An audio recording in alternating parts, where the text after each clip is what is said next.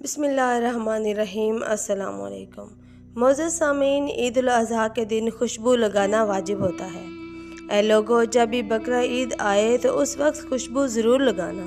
और जो इंसान ईद उल अज़हा के दिन 207 मरतबा नादे अली पढ़ के उसको किसी भी खुशबू पे दम कर देगा और जो खुशबू लगा के जिस भी इंसान के पास जाएगा तो सामने वाला इंसान उसका ग़ुलाम बन जाएगा, उसका मातहत हो जाएगा, उसके दिल में उसका मकाम व मर्तबा बढ़ जाएगा। तभी इस ईद पे सदियों से अमल किया जाता है, क्योंकि ये ईद गैबी ताकतों की ईद है। जब जब इंसान कुर्बानी करता है तो नहस चीज़ें ख़त्म होती हैं।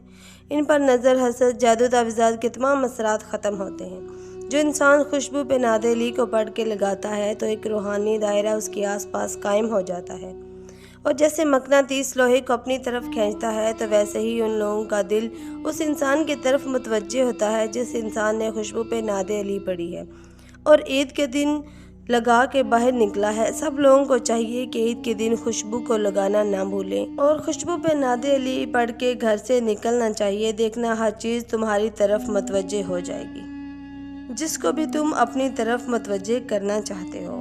शुक्रिया।